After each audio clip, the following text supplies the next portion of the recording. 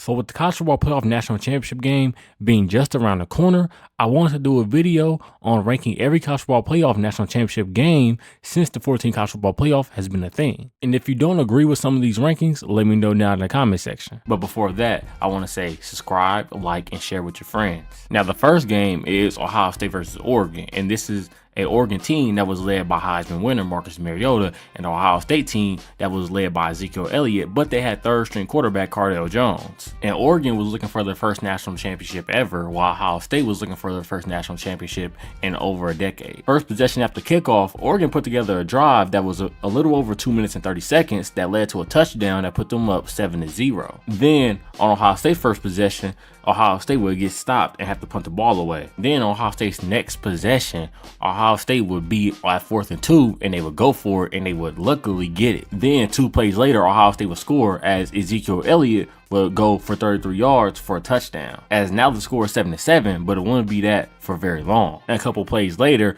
Oregon will get called for pass interference. This will set Buckeyes up with good field position. And an Ezekiel Elliott run would set up a passing touchdown for Cardale Jones later on, making it 14-7. Ohio State Buckeyes. Then on the assuming possession by Oregon, they will have to punt it again, and it kind of looks like the game is slipping away from them. But luckily, Ezekiel Elliott fumbled a snap, and this will set the Oregon Ducks up with good field position and a chance to tie the game. And Oregon drove it all the way down the field just to go for it on 4th and goal and not get it. Then Ohio State looks like they about to score again as Corey Smith catches a pass from Cardale Jones, but as he catches it, he also fumbles it, giving the ball back to Oregon and giving them a life again. But it just wouldn't matter. Oregon would then punt it away again, and this would lead to Cardale Jones punching it in for a touchdown. So now it's 21-7, and Oregon looked like they might be dead in the water. But before halftime, they would kick a field goal, making it 21-10. And right after halftime, Oregon would strip the ball away from Ohio State wide receiver, and Oregon would finally capitalize on an Ohio State turnover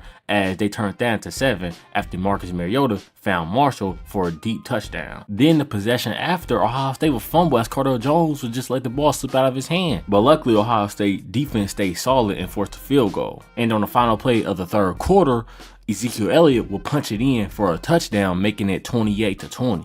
And Oregon would sadly fail to answer back as they had to punt the ball away to Ohio State again. Then Ohio State would score 2 more touchdowns in the game, 42-20, and now they're national champions, making them the first team ever to win the college football playoffs. And you know what? We're going to put this game at A tier. And the next college football playoff national championship game is featuring Alabama versus Clemson, and they were going to have 2 more games later on.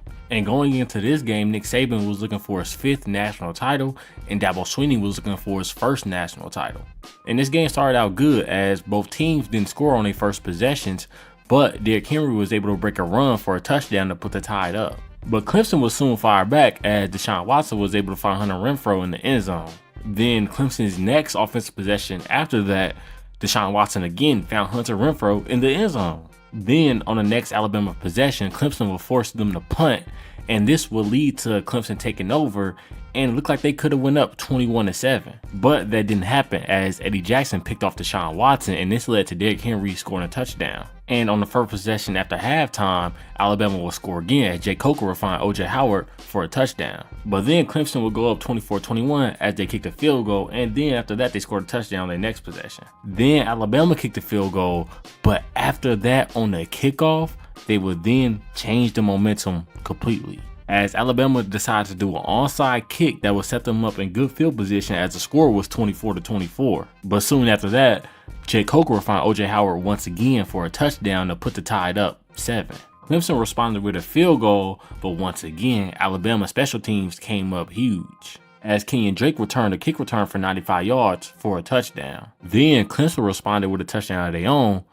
but then after that, Alabama responded with a touchdown of their own, making it 45-33, and this would basically end the game, as Alabama won 45-40, and Nick Saban will have his 5th national title.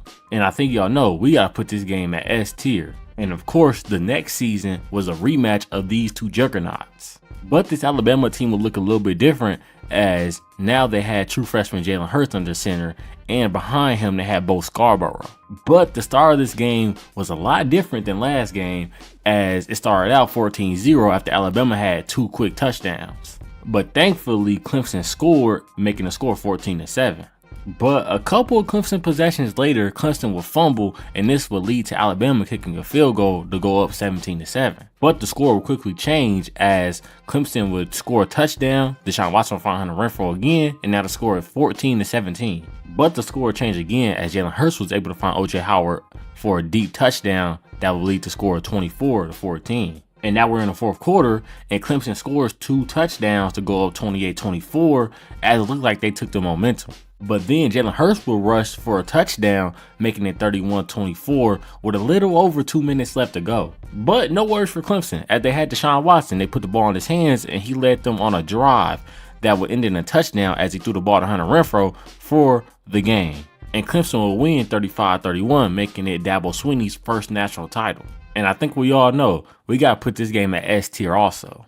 And in the 2017-2018 national title game, we will see Alabama once again, but this time they're playing against Georgia. And this game will have some good storylines as Georgia was starting true freshman Jake Fromm, and not only that, as their head coach, they had Kirby Smart, who was defensive coordinator under Nick Saban for a good amount of years. And not only that, Nick Saban is looking for a 6th national title, which would tie him with Bear Bryant for the most national title wins ever. And this game lived up to the hype, as for the most part of the first half, this game was a defensive game, as Georgia was able to get 2 field goals, but Alabama struggled moving the ball as they only had 28 passing yards. And before halftime, Georgia ended up scoring, making the score 13-0, and Alabama looked like, they were going to keep struggling to move the ball against this Georgia defense.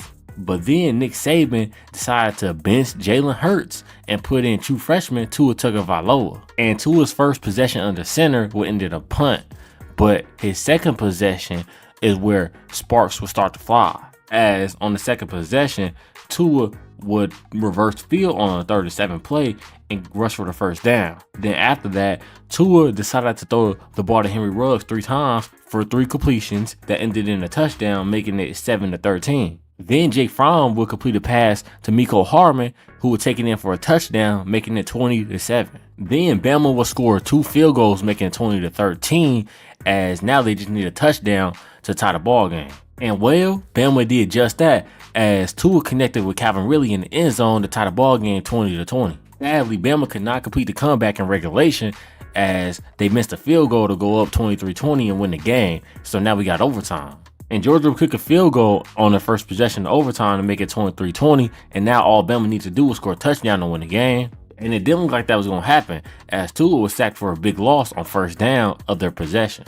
But the very next play, he made up for it, as Tua connected a deep bomb to Devontae Smith for a touchdown and to win the national championship. And I think we got to put this game at S tier, as it had everything. It had great defense, it had good offense late in the game, it had late game heroics, and it had good storylines, as you had Kirby Smart versus Nick Saban, and you had the 2 true freshman quarterbacks battling it out. And the next national championship game is, Alabama versus Clemson, but this time Tua is the veteran, and now Trevor Lawrence is the true freshman stepping in for Clemson. And I think it's safe to say that this game did not nowhere near live up to the hype as the first 2 games that they played in the national championship. On the first drive of this game, AJ Terrell intercepted Tua Tagovailoa that ended up being returned for a touchdown. Then Bama will respond with a touchdown, and then both teams will each trade touchdowns, making it 14-13 as Bama missed an extra point attempt. Then Bama kicked a field goal to go up 16-14, but after that it was all Clemson.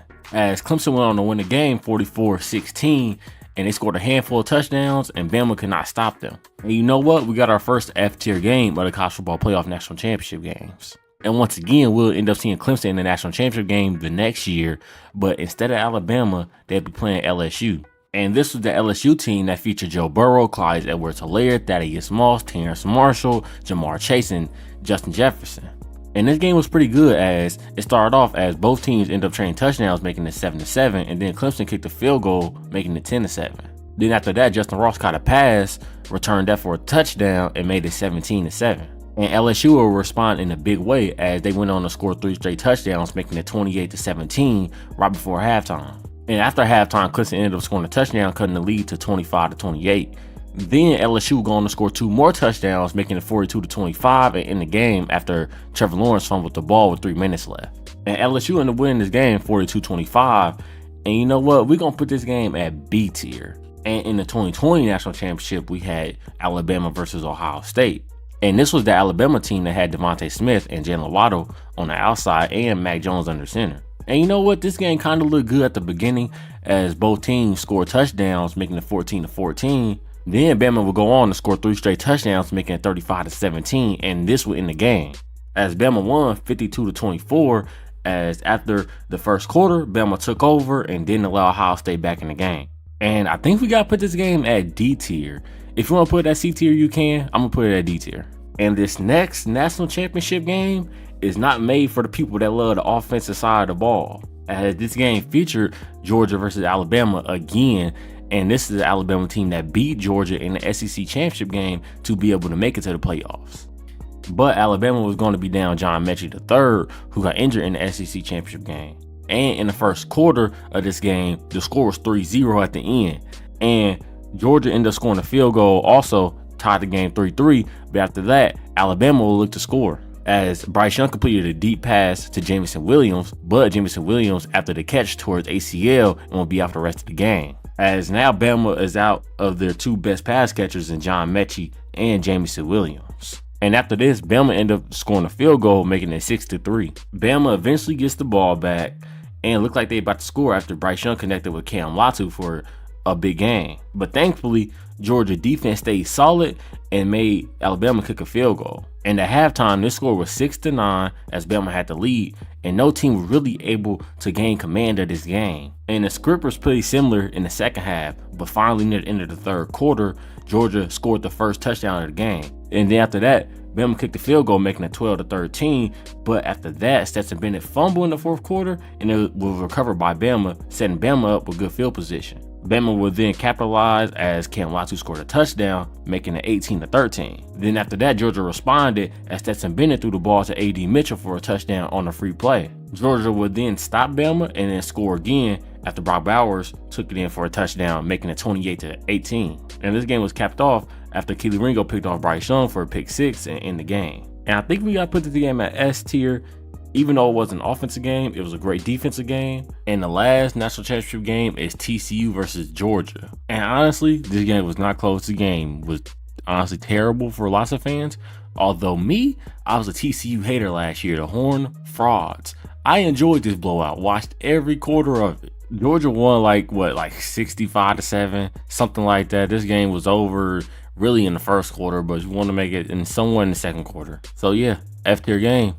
Although for me, sometimes, it might be an S tier game. Horned Frogs. The last CFP national championship game we're going to rank is last year's between Michigan and Washington. From the start, it looked like this game was not even going to be close, as Michigan jumped out to a 17-3 lead thanks to 2 Donovan Edwards touchdowns and a field goal. Washington will respond later with a touchdown and a field goal, and then Michigan will respond with a field goal as well, making it 20-13 Michigan. After both offenses stalled out for multiple possessions, Michigan finally scored, making it 27-13, and then after that, Michigan will get a pick on Michael Penix to close out the game.